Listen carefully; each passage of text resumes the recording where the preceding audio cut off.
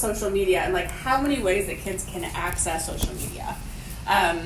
It's really this graph that I want to focus on, right? So this is, to be clear, the total number of entertainment screen hours. This is not homework, this is not academic, this is things done strictly for entertainment. For our teens, which is that dark green line at the top, our teens, on average, spend over 8 hours a day on screens for entertainment purposes. I had a really strong reaction to that number. I was trying to do the math, and I was like, well, if you sleep 8 hours and you're in school 8 hours, like, where are these 8 hours coming from? I think there's some truth to probably kids are on Instagram in class under the desk and things like that. But regardless, I still think it's a really sobering number, that our kids really are exposed to just a lot of things on the internet, whether that is kind of intentional exposure or unintentional. This number's a little bit lower for our tweens, so sort of our like 11 to 13 at just over 5 hours. I think this is in part because a lot of these tweens don't have as much access to smartphones and tablets and things like that. I also think parents tend to add more restrictions on younger kids, which is developmentally appropriate, but I think that's probably the difference between those numbers. So I know this has been going around a lot, but I want to make sure and point it out. So this was a teacher that told all the students, I know our rule is silence phones, but for today and today only, you get to be as loud as you want to be. And every time a notification came up, the students walked to the front of the class, put a tick mark. Facebook, Snapchat, email, texts, Instagram, phone calls, Discord, Twitter, other things. And I don't know how many kids were in this class, but even if you have a class of 100 kids, that's still a lot of notifications in a very short period of time. And in some ways, again, I find this sort of a sobering image, and it makes me think about my own phone and how it goes off, right? Because even if their phones are on silent, I don't know about y'all, but if I hear that little vibrate in the back, like even though I'm not checking my phone during a meeting, I am sort of subconsciously going, ooh, I have a notification, I have a thing I need to check later. And it is distracting. And then this also just speaks to how much kids are using social media and what types of social media they're using. So about 96% of our kids are saying that they're on the internet daily. Again, I think especially because a lot of online schooling has been done, that's not a terribly shocking number, but I think it's an important one to point out. But this one I think is more interesting. So this actually breaks down what sorts of social media kids are using. And I realize it's sort of a small graph. If you ever get bored, type in Pew Research Center social media, and they have an entire report of all things social media, everything you could ever want to know as far as graphs go. But this really breaks down what sorts of sites are our teens using for social media. So overall, regardless of demographic, ethnicity, sex, age, YouTube is our number one. And I, as sort of this like elder millennial, was like, is YouTube social media? And the answer is absolutely yes, it is, right? Kids are using the chats. Kids are really engaging in the comments and things like that. So yes, they're watching videos, and they're also engaging with other people on this platform.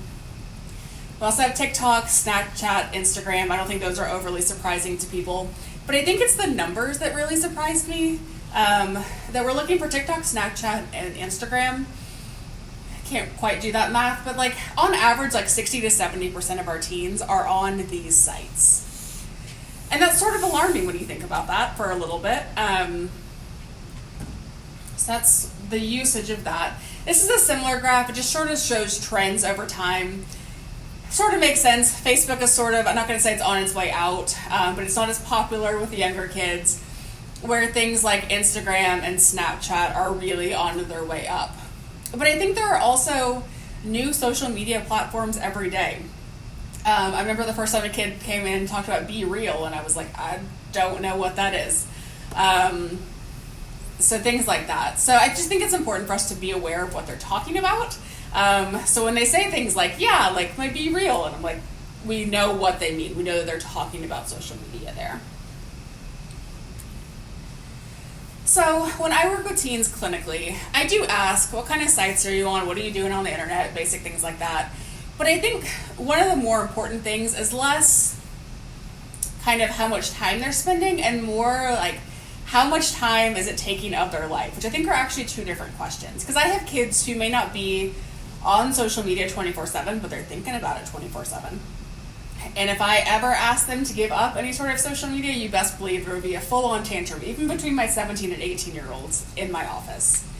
So on average, about 50% of teens say it'd either be very hard or somewhat hard to give up social media. About 50% think that they're using social media about right. I think we as the educators and caregivers may feel a little bit differently about that number. But even then, you still have 36% of teens who can recognize, I'm actually using this too much and it's getting in the way of other areas of my life. So I think oftentimes teens are sort of aware that it's an issue. It may not be an issue that they want to address, but I think it's often something that they can see. So when we talk about mental health, I feel like this is actually sort of a tricky topic because I think there is so much media about the evils of social media out there. And I think there's truths in that, and I also think that there are pros to social media. There are good things about social media. So when we think about its relationship with depression and anxiety, what we know is as social media use increases, the risk of anxiety and depression also increases. That's not to say that, they logged into Instagram, therefore they're going to have depression. It's just a correlation there. A lot of the studies look at what kind of triggers that. Most of the time it's our kids who are already at risk. So if they already have a family history of depression or have experienced symptoms, then they're going to be at higher risk of developing further symptoms with the use of social media. There are certain stimuli that might reinforce negative beliefs about oneself, a lot of comparisons. I'm sure y'all have heard your teens say. Interestingly, though, it's actually really high social media use and really low social media use that are correlated with mental health concerns. And the hypothesis on that, the high sort of makes sense. It's taking over a lot of their lives. There's a lot of comparison, things like that. But for the low social media use, it could be indicative that the teen is not engaging with their peers in the way that other peers do. So I think that's an interesting thing to note. But what we found in the research, there's really not a population level relationship between depression, anxiety, and social media. There are kind of individual subgroup relationships there that are important to look out for. But I think in summary, it's complicated. The relationship, because I'm not going to ask for a show of hands, but imagine most of us in this room have used social media in some way, shape, or form.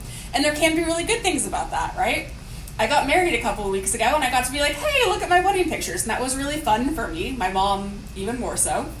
But then we also have these kids who are getting bullied and who are really struggling. And so I think we sort of have to hold both sides when we think about social media, much like we have to hold both sides on most things in life. But there is a relationship with depression and anxiety. Another question I get asked a lot is about body image and disordered eating. It's sort of similar in that there's not a causal relationship, but there are some correlations there. So what we found in studies looking at selfies, there's association between posting a bunch of selfies and body dissatisfaction, really comparing, internalizing things, and being really worried about self and body. An interesting study looked basically assigned people into the group where they needed to post selfies on social media, and that was actually a group that reported higher anxiety, less confidence, and feeling less physically attractive afterwards. So there is some evidence out there that posting those sorts of photos can negatively impact the way we're thinking about ourselves. Photo editing comes in play a lot there. It is more common in girls than boys, but I think it happens across genders. But it does encourage a lot of social comparison, this sort of ideal self, and the biggest air quotes I can make, because what you're seeing isn't what's always happening exactly. And there's also a sense for approvals, likes, comments. We know from anatomy and biochemistry and all of that good stuff that our brains do have reward circuitry built in.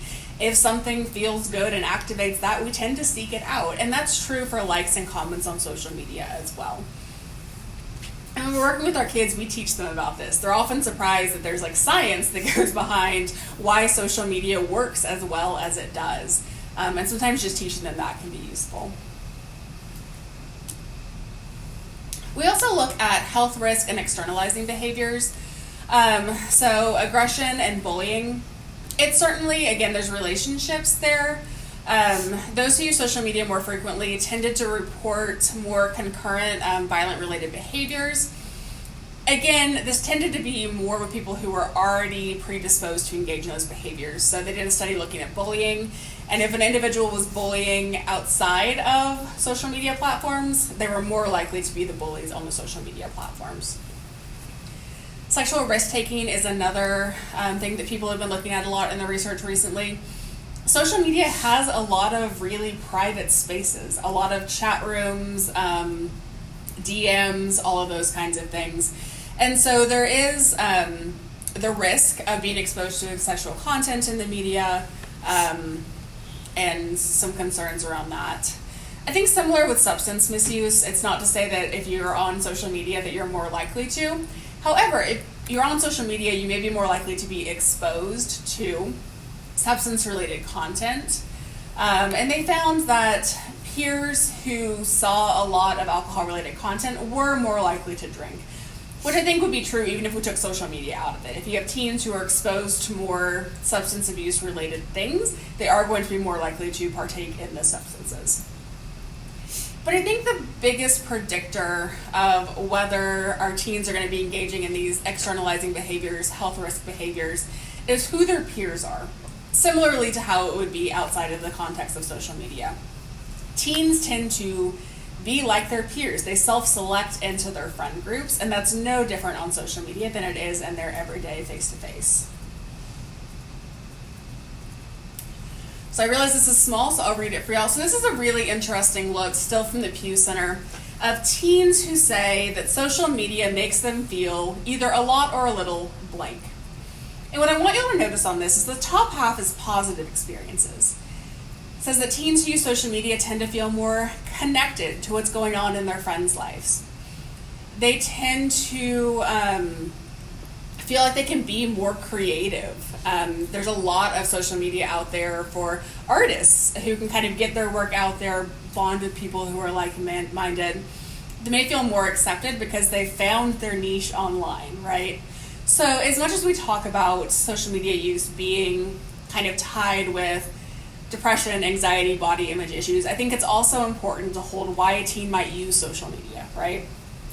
But there are the negative experiences as well. They feel like there's sometimes drama. If they didn't get tagged or they see that their friends went somewhere without them, there may be a sense of not feeling like they belong. Sometimes they feel worse about their own life. If you have a friend who's posting that they went to all these amazing trips and you're kind of stuck at home, there may be some comparison there. So certainly there are negative experiences that can come out of social media use, but there are positive ones as well. So the American Psychological Association has definitely taken wind of this. Mitch Prinstein, which is the screenshot I put toward the beginning, does a lot of really fabulous research on this. And basically, this is their summary of social media. So it's really not essentially good or bad. It's how you use it, it's what you're doing with it that sort of makes it quote unquote good or bad. The online experiences are really impacted by who they follow, what they're looking at, who they're engaging with. As well as some of the features on different social media platforms. Again, not all findings apply equally to all youth. It really often depends on the individual's strengths and weaknesses on how social media is going to impact them. But there are things inherently built into social media platforms, comparisons. There's been a lot of studies on racism in social media. And there's also limitations to these studies. I have a very lovely colleague who didn't understand Snapchat, and she was like, what we're going to do is we're going to look at all their messages. And all of our like younger research assistants are like, that's not how Snapchat works at all. So I think there is limitation in research, and that like sometimes the people who are PhD level people doing research may not even understand what the technology is that they're researching. So this is sort of a long slide. We've gone over a lot of it, but really what they're trying to do is to create an environment in which we talk about social media, that we don't say this is terrible, you can't use it, but that we have conversations around Why are you using it? What are you getting out of this? What's important? It's important for us to have an understand of what the different features are of the apps. Again, like Snapchat, that those go away, things like that. For monitoring, the APA recommends that caregivers monitor especially early adolescence, and that sort of monitoring gets taken back little by little for autonomy. I think that's sort of a general approach to a lot of things with teens, right? Like when they first get to do something, there's a lot of supervision, and as they get more accustomed and we feel safe, we start to pull that supervision back. Bullying should be minimized. I feel like that's an obvious statement there by the APA, but I think it's an important one as well. And then screening youth for problematic social media use. So is it impairing daily use? And often teens and caregivers are going to have very different definitions of what that means, but it's important for us as caregivers to really screen, see if their usage is negatively impacting them. This one's a hard one. Loading social media at night to make sure that it's not disrupting sleep. That's a fight that we often get in, and the parents try to get me involved in as well as we have those conversations. Limiting the use of social media for social comparison. Adolescents should receive training in social media literacy. One of the modules that we've added to our Spark curriculum is really talking about the reward system that social media uses, and that the reason that it's free isn't because it's free, it's because we are the product. And so we talk to them a lot about that, about what social media is getting and then what we're getting out of it, so they can start to weigh the pros and cons. And then just again, continued research is needed on the long-term impacts. We just haven't had social media long enough to know. We can tell you how it's impacting teens today, much like they could tell you that, but we just don't have the longevity for the data. So again, kind of the takeaway here, it's not that social media is the issue inherently, it's how it's being used and what people are looking at and engaging in. So when we have teens and we try to discuss this, as I'm sure all of you can, talking to people and just saying, don't do that, what are you doing, what's wrong, like that's not going to be a productive conversation around social media, and that's frankly going to cause most teens to sort of shut down and not want to talk to you about it. We really like this REX model from the Hamilton lab, in that it allows for a lot more open-ended questions to ask with teens. So, how do you use social media? Like, when I talk to my teens all the time, they're blissfully, they're aware that I am older than them. And so oftentimes I ask questions about just what is it about social media that's important to you? I know what it is to me as an older millennial, but that's probably very different than what it is for you. So tell me, help me understand, please explain it. Emotional state, how do you feel right after? Sometimes teens will be like, well, I feel really good. Okay, what about that made you feel good? What specific things made you feel good? Or I felt really anxious. Okay, let's talk about that. Asking the challenges, what challenges do you experience on social media? Are there any negative experiences? And then knowledge, how do you monitor your usage? It's been interesting with a couple of teens that I work with individually. I've asked, I spend maybe an hour. And then I talk to mom, and mom's like, it's probably 10.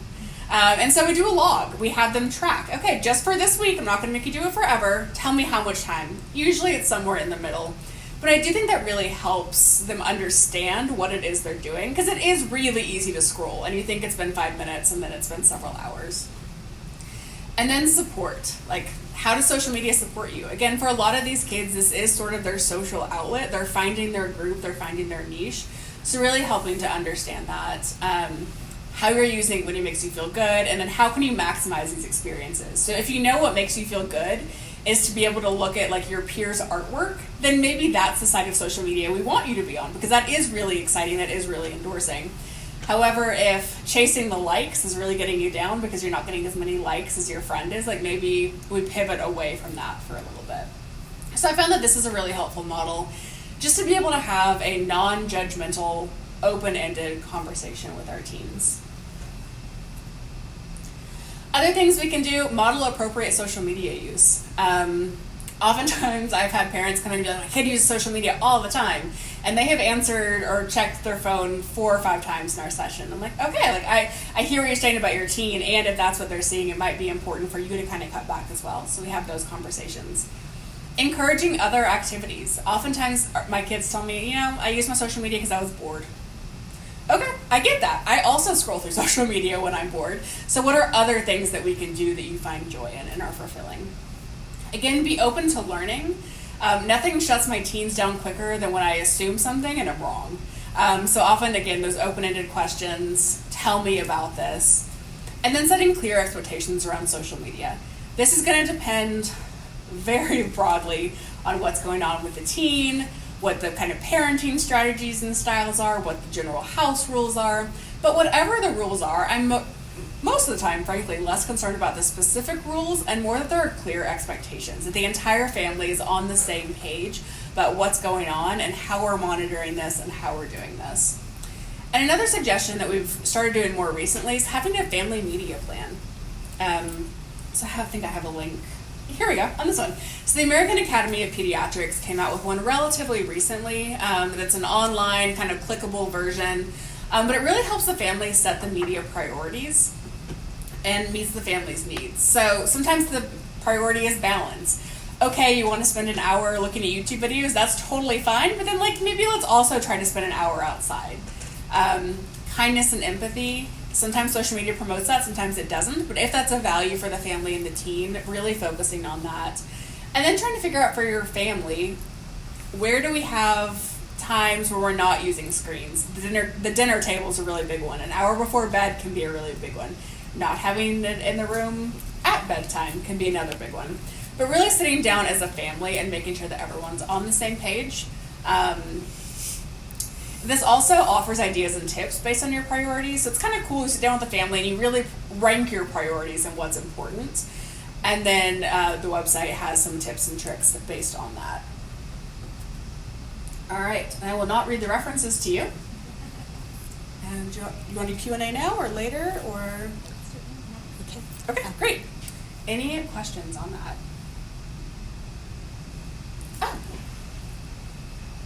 Oh, okay. Okay, I have a question for you. This is fantastic. A lot of really good information.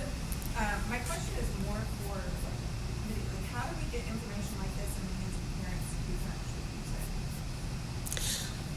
Maybe PTA presentations. Yeah. That would probably be the best way. That it's a hyper campus focus, right? That it's not a big district wide. I think we use that. I think families have relationships to their campuses, and they might not, have. Can you turn your mic on? Because we can't hear you.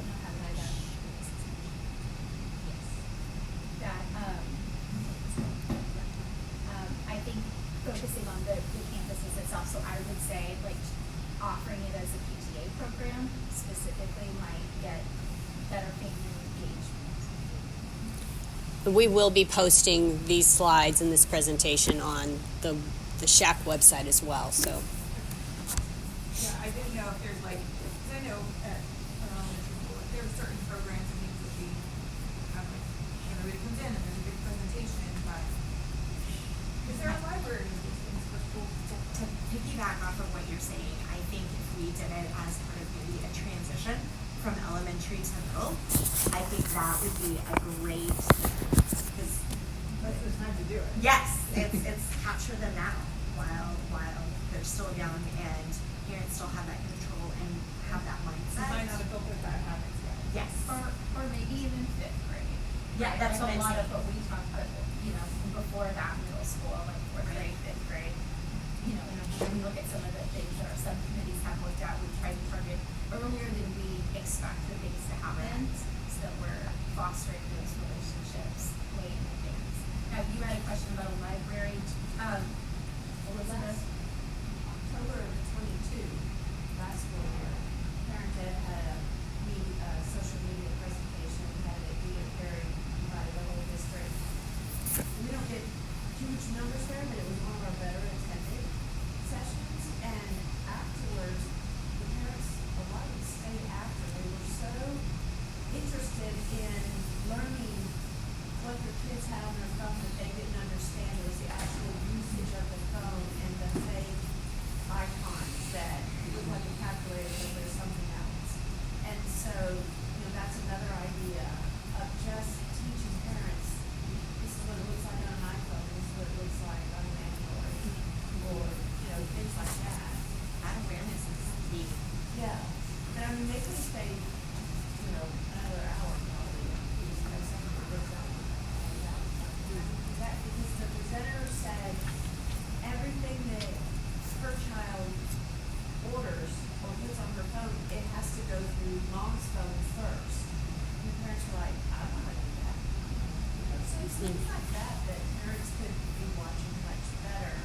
if they remove that existence.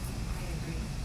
I also would like to bring up that the counselors, and I know that they have a lot, but they spend a lot of time on kindness and such, and my son has so many awesome color pages and such, that I think a unit like this might be a great idea for 4th or 5th grade to bring that awareness, because they are very naive at that time. Anything they say, they believe, and that way we can already get that seed planted, and then again have the follow-up on the parent side at a PTA meeting, or even a regional meeting that the school coordinated with the leaders and I think it could be a great transition for the kids and their families from this naivete to awareness, and then going into the scariness of middle school,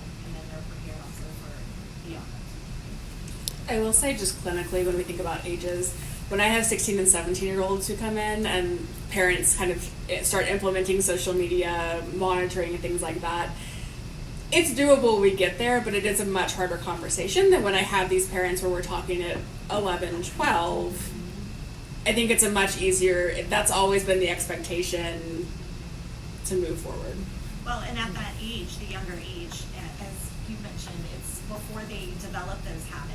And it also is, parents are more actively monitoring. Many by 15 and 16 kind of consider their kids to be able to do a lot more on their own and don't think about the dangers of what they're getting into and such.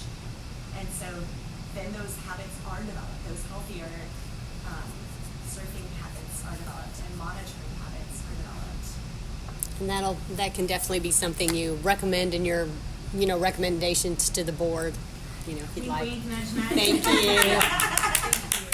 Thank you very much.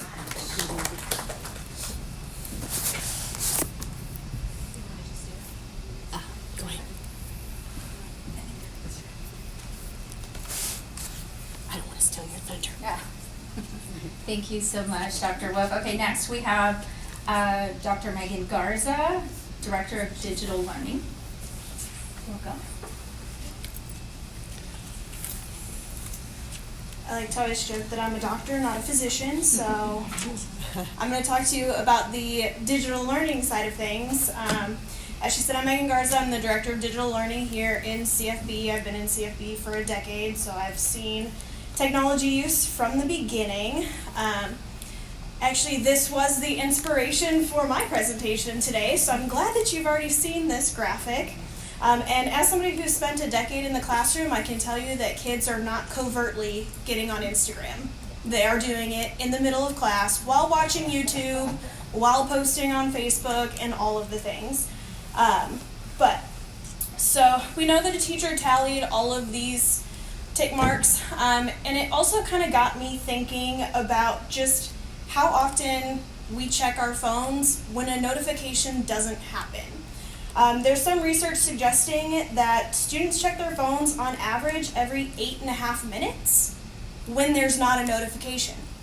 So when there is a notification, think about how many more times they're checking their phone. I will have to admit, there have been instances where I have picked up my phone, scrolled through it, put it down, and then thought to myself, I have no idea what I just looked at. It's just a habit. It's something that we instinctively do because we've gotten into that pattern. A lot of people would talk about cell phones as being addictive, as social media and technology as being addictive. Part of the reason for that is because of the change in brain chemistry from the stimulus that the technology provides. Our previous real doctor talked about the happy chemical, dopamine. Okay, it's the chemical that releases that positive response to the stimuli. The more often we get that positive response, it just reinforces the behavior. So what that like does on social media, what that notification does, is it releases that little bit of dopamine, and then we start anticipating that release. Have you ever thought that you heard your phone vibrate and you didn't really? Or have you ever thought that you heard the ding and you didn't really? That's your brain anticipating that positive response even though the stimulus is not really there. So I'm going to talk to you guys a little bit about how we can kind of challenge those dopamine responses to create more healthy habits around technology. This was already mentioned as well. I'm really glad that our numbers line up. But children around ages 8 through 10 spend 6 hours a day on entertainment media. Older children are about 9 hours a day. And I wanted to point out that this is entertainment media. So oftentimes this is passive consumption of things that they are engaging with. Movies, Netflix, video games, scrolling through social media. And there's a lot of concern, especially in districts like ours that have one-to-one technology programs, about how much time students are spending on screens. That's not the same thing. When kids are in school, when they're engaged in creating a video presentation for their science class, when they're engaged in research for a DBQ for history, that's different than the consumption of entertainment media.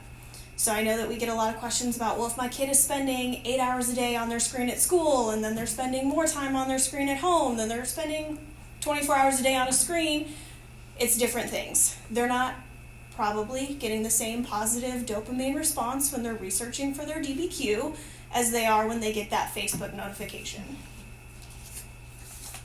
Could be wrong. So I just came up with some 4 tips to outsmart the dopamine and kind of reprogram where we get that positive response from. First is wait 5 minutes. Look for the Goldilocks activities, and I'll talk about what that means in a second. Create micro environments, and then just try a habit makeover. So we'll go into each of those in detail. Wait 5 minutes is pretty self-explanatory. You get that notification on your cell phone, most of us check it right away. If you don't have your phone near you, if you don't have it within sight, after about 2 to 3 minutes, you kind of forget. I know we kind of talk about mom brain sometimes. I have a 15-month-old, so definitely get it.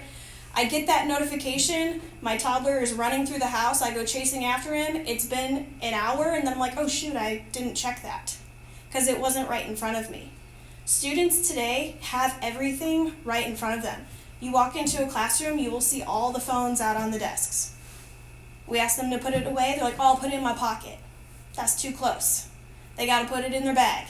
Has to be away. Sometimes you'll see the teachers get the little shoe rack, put it on the back of the door, because if you separate the student from the stimuli, after about 2 or 3 minutes, they tend to forget. Kids have short attention spans. Okay, they forget about that stimuli, the dopamine response fades pretty quickly, and then they can continue on with their activities.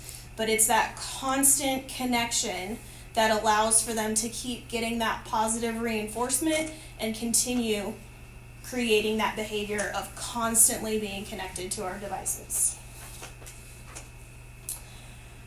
Looking for the Goldilocks activities. We know that dopamine motivates children to act and stay focused. The key is to figure out which activities provide just the right amount of dopamine. Not too much or not too little. If your child feels better after an activity and has no problem transitioning away from it, that's probably a good source of dopamine.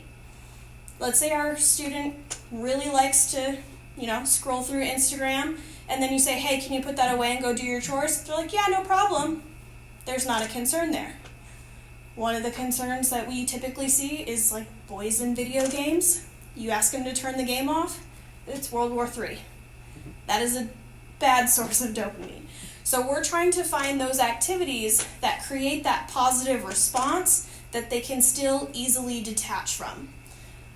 Some unplugged activities that are pretty popular, things like coloring, board games, playing outside with their friends, some activity that still creates that positive feeling once they're done with it, but they're okay walking away from it.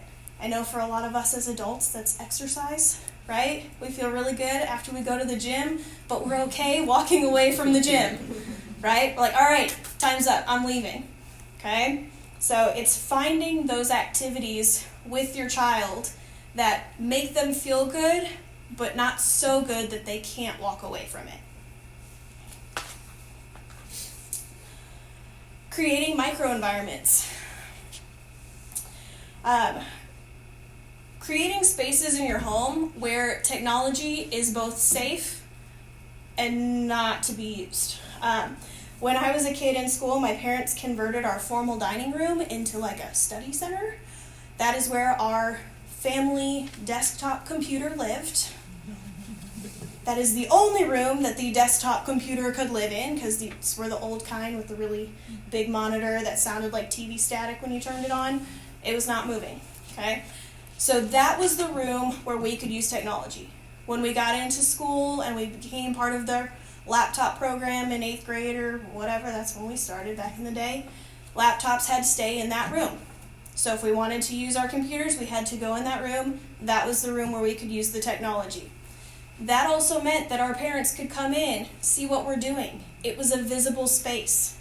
A lot of times parents are like, I have no idea what my kid is doing on their device, because they take it into their room, they shut the door, kids are like, this is my room, keep out, no parents allowed, and we lose that control. So creating a space where those activities are permitted, and then also having spaces where they're not. Again, it's really great if it's a space that you can close off from the child. Again, that out of sight, out of mind kind of concept. But even if you can't, if you have a high shelf, take their laptop, put it on top of the refrigerator, somewhere where they're not going to see it. So you remove that stimulus, you remove that temptation of them trying to get on the device, trying to look at those notifications, and it helps create some of that separation with the stimuli.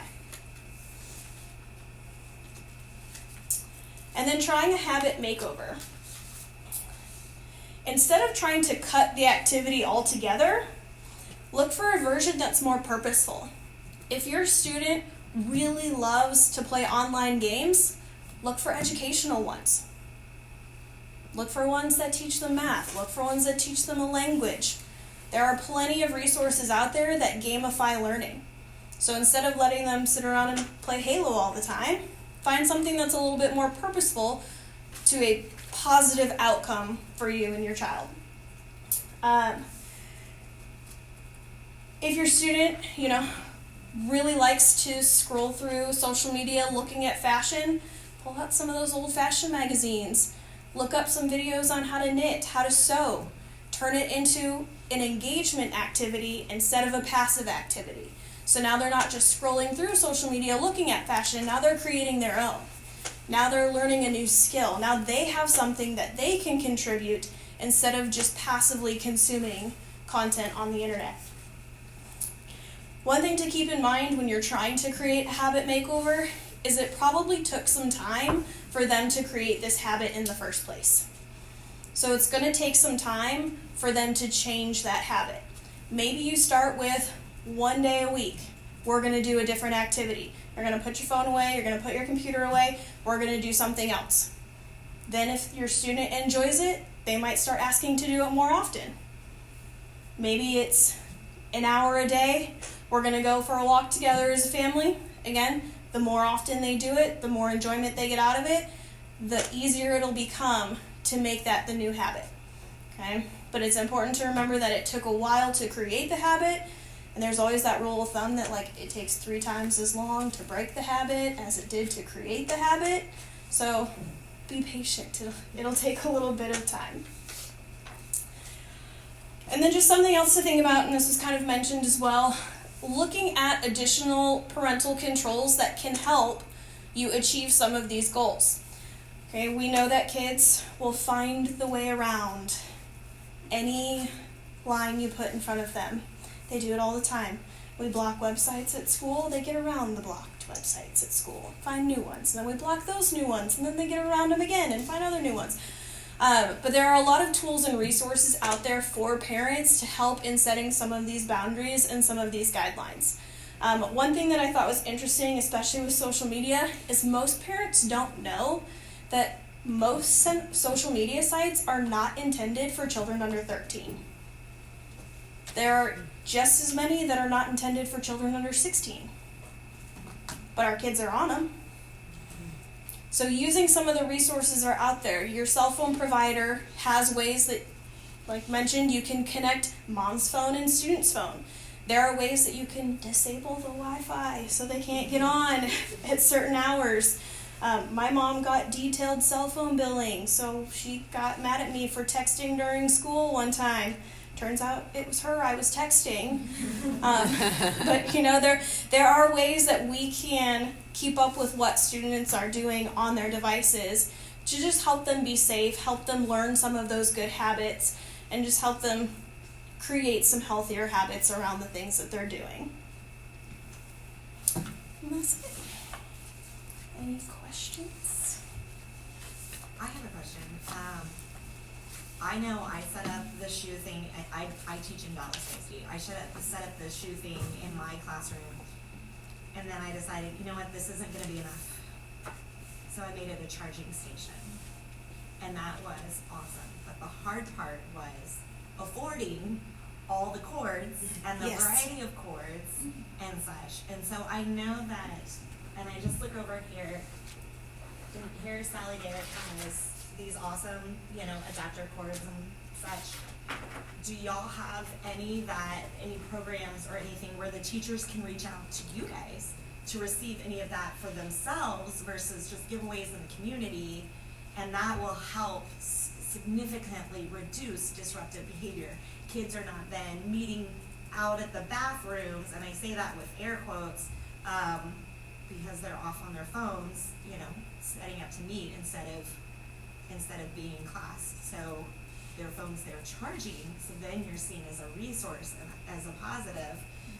So is there anything that you can think of offhand? I know that was kind of a big gotcha. So we as a district don't have those kinds of resources, but that sounds like a really great idea for a grant for a teacher or a PTA or a group of people. Because I agree, when I was a classroom teacher, that was one of the biggest things, is kids didn't want to leave their devices with me unless they were able to charge them, which I don't know why that was like the golden ticket of, sure, I have a charger, you can use it, but they will love you for that. And I even have some specifically at my desk for those who are not comfortable leaving it because, somebody might take my phone, it's all the way over there. Nobody walks over there except to plug theirs in at the beginning class, unplug it at the end. So I have, for those who are distrusting, okay, it's at my desk, and so I think that could be very helpful, one, in behavior management and less time for the students to be missing learning. And that's a really good strategy to use at home as well. I know a lot of families that set up like a charging station where it's almost like those dish drying racks where you've got little slots for each of the devices and all the cords right there. And that also too helps create a visual of how much time you're spending with your device. Because some students will walk over and be like, I'm just going to check it for a second. But if a student is standing there for 10 minutes, it's a whole lot easier to see them standing there for 10 minutes than it would be for them doing it under the desk for 10 minutes. And so it's a really good visual reminder of, you've been standing over there a long time, I need to redirect this behavior. Same thing if you set up a charging station at home. A family I knew, they put it like in their laundry room, so it's kind of not a room where people would congregate. So if little Johnny is spending 30 minutes in the laundry room, you know that they're on their device, checking notifications, doing whatever they need to do. And it's a really good way to just quickly visually see, oh, they're spending a lot of time over there, I need to redirect to something else. I have a question. Does the district have maybe a suggested or encouraged amount of screen time at each level for our students? You made the distinction between entertainment and educational, so this would fall under educational. Are there parameters to how many hours per week, like my elementary student is expected to be in front of a screen versus maybe my middle school student and then my high school student? So we don't necessarily have like a number that we aim for, because we try to look more at what they're doing. So we as a district, when we're looking at what students are doing with their devices, we're not necessarily looking at, oh, they need to be on it X number of periods a day, X number of times a week. We're looking at, is this something that they could have done on paper? Then they should do it on paper. If they're only doing it on the device to say that they use technology, then that's not a good use of the technology. We look at what kinds of activities are they doing? Are they sitting there watching a YouTube video to learn how to do fractions? Or are they actually creating their own video to explain to their friends how to do fractions? So we kind of look more at the activities that they're doing and trying to ensure that it's not passive consumption and that it's active engagement for their learning. I know that there is some research about recommended times, but again, that would be really hard to coordinate, because if we tell teachers like 2 hours a day, and then every teacher thinks that means they get 2 hours a day. So that's why we try to focus on what it is that you're doing with the technology, and if it's something that doesn't necessarily require the use of technology, then don't use it just for the sake of using it. So what you said made me think, for my son, when it's a rainy day and they don't have recess, instead of doing active learning, like Go Noodle, they're getting unlimited Chromebook time a lot of the time.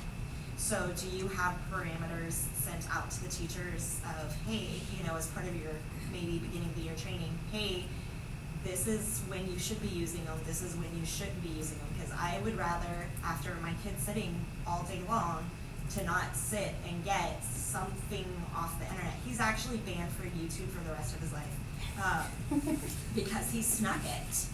And I was like, oh no. And so that being said, that's what their unfortunately alternative recess time often is. Mm-hmm.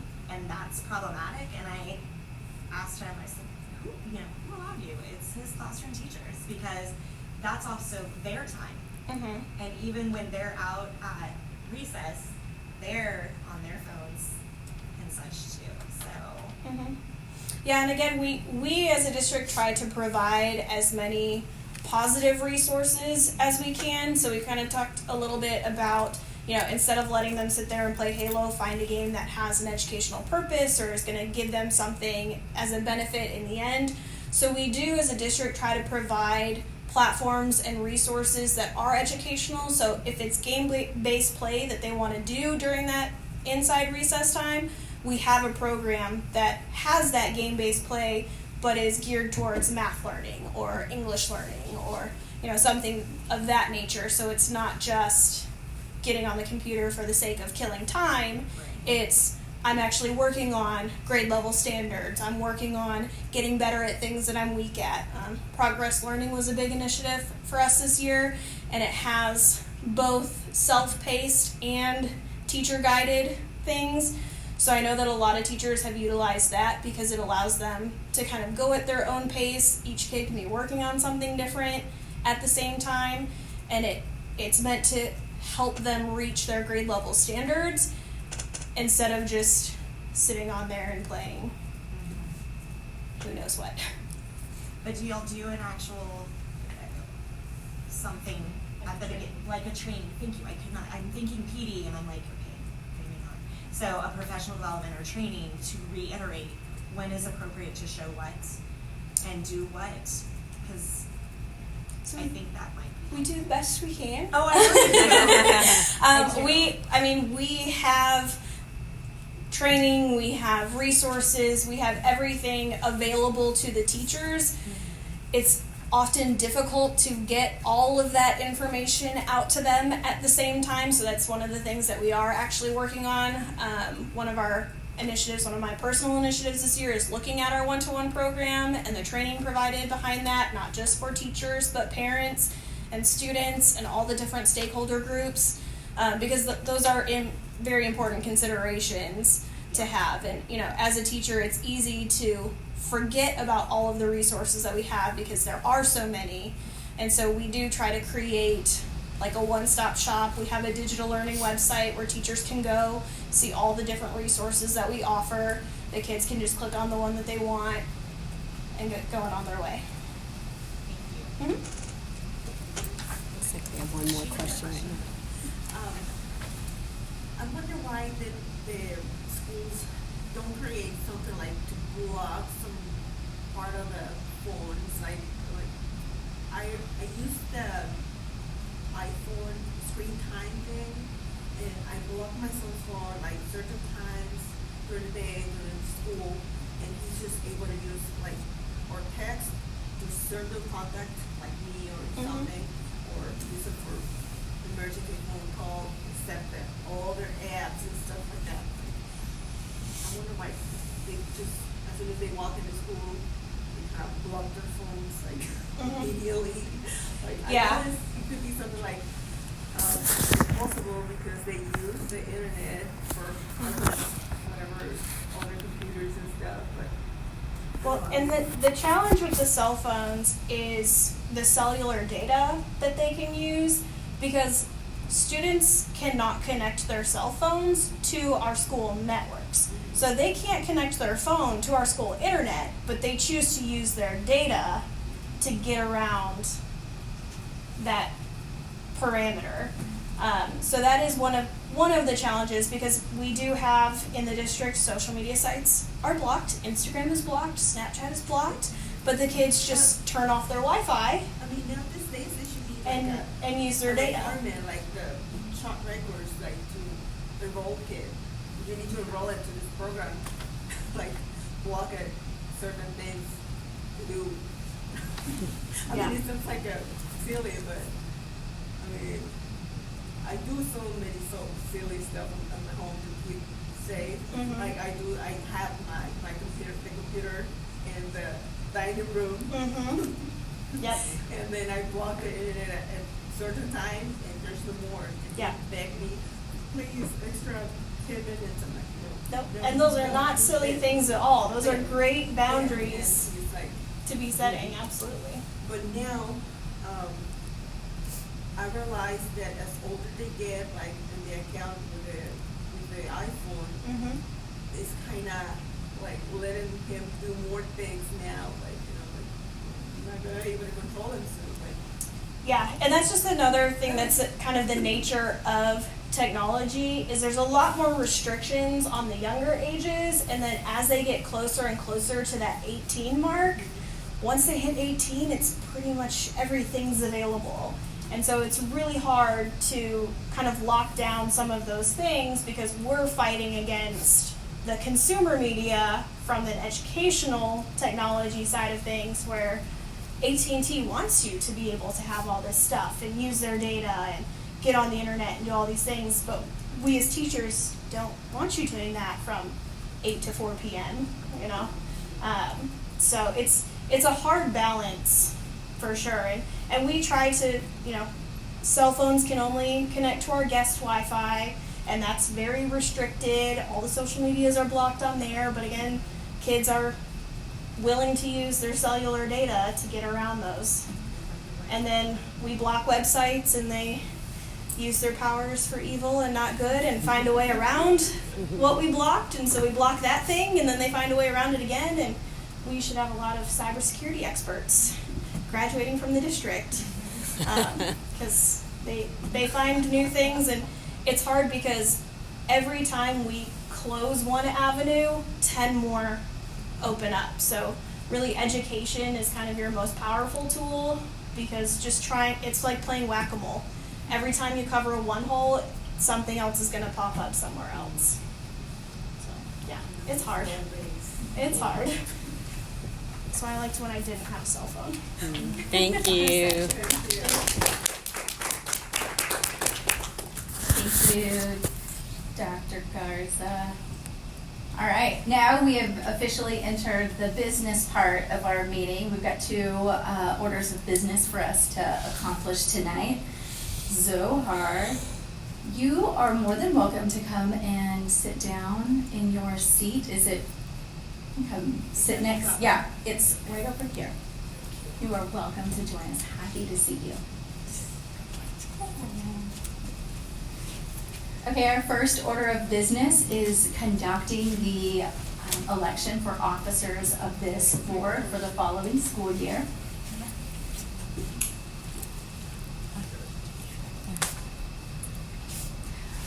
we have to elect a chairperson, a co-chair, and a secretary. Those are the three that I was told we are electing tonight. I'm going to go ahead and read the kind of the qualifications. Who are the lucky people that get to serve on this committee next year? So in order to be elected, the officers that we are electing tonight, chair, co-chair, and secretary, according to the bylaws, the chair or co-chair must be a parent member, and at least one of the remaining 2 officer positions shall be held by a parent or community member not employed by the district. The third position may be held by a CFB employee. Terms to this committee are 2 years, so we have several parents who will be exiting this committee because they have fulfilled their 2-year requirement. If that is you, thank you. Thank you for your 2 years of service. We have some parents on this board who this maybe is their first year. So if that is you, this was your first year on this board, you are eligible to be elected chair or co-chair or secretary. 2 out of those 3 need to be a parent. So at this time, we are going to take nominations from the floor. Are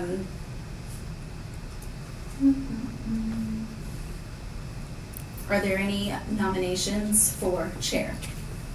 This is the person in charge of this committee.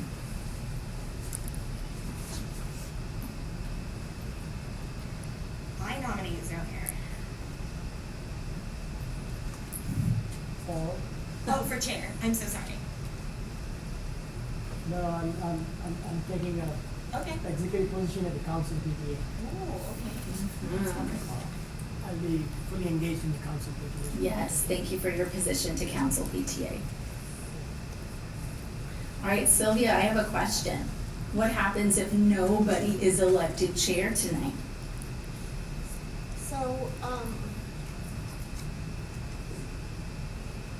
can you hear me there? So, the way it works is, I think we open it up for nominations. If we don't have anybody nominated, the school board will submit new names for the next school year.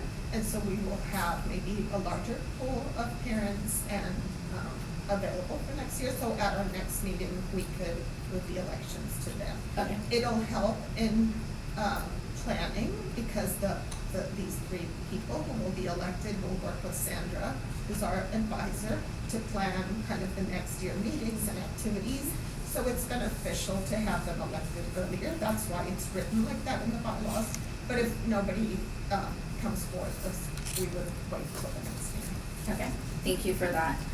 So I'm understanding the elections or the positions not filled at tonight's meeting will just be filled at the first meeting for next school year. Thank you. All right, we're going to go ahead and move on. Hearing no recommendations for chair, we are now opening the floor for nominations for co-chair. Are there any nominees for co-chair? I'm gonna say, I'm gonna recommend that we wait until the next meeting to have these elections, because we're gonna have some new people joining, and we have several people who are not here, who are normally here. So, I'm gonna put forth a recommendation that we hold off, and I will happily volunteer to help Sandra, prepare for next year as much as you need. I'll have more time. And such, and then we can go further into those elections and those people who like it. Yeah, we do have a couple of parents, right, not in attendance for various reasons. April has made a motion. Do we need to second and vote on it? I don't think so. Okay. I think we can move forward without any nomination. Okay. All right, well then, with that being recommended, we're gonna go ahead and take care of this specific order of business at the first meeting of the following school year. Thank you. Our second order of business for tonight is going to be the recommendations that we are going to present to our Board of Trustees. The SHAC will present the final report for the year to our Board of Trustees at their June meeting. At the last meeting, that was the one in February, we voted and approved on the committee recommendations from the physical activity and fitness planning. So we've already have completed that task. With that being said, are there any other recommendations from people on the board or questions to that proposal before it actually gets presented in front of the board in June? Did that proposal include elementary resource recess? So the district is asking that be addressed in the recommendations made to the board in June.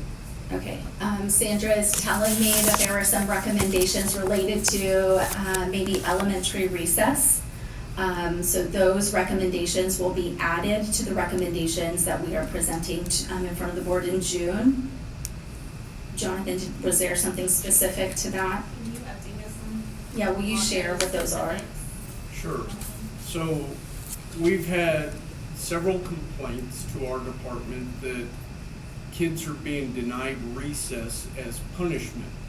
And we use recess as part of our structured 135 minutes a week so that we maintain those minutes for kids. We're asking the SHAC committee to make a recommendation that to the board that they get away from using recess as a discipline. There are several school districts in the state that do this. We've got examples from Austin ISD, I think one's from San Antonio ISD. We've got plenty of examples to go off of, but it would be a recommendation from this committee that would help that get pushed through. I second that. We typically do like a Zoom meeting to finalize the report to the board. That's what we've done in previous years. Will we need to I guess just set a date. announce that Yeah. here or? And Okay. and then we'll arrange it later. Okay. Because we have maybe some drafted recommendations that we need to finalize before we present them to the board. We'll go ahead and call a special meeting before that board recommendation in June so that we make sure that we get the wording correct and that as a committee we voted and approved those before being presented. Thanks so much for that. If you take a look at the screen, these were last year's recommendations that we made to the board. The recommendations that will be presented in June will be different than these.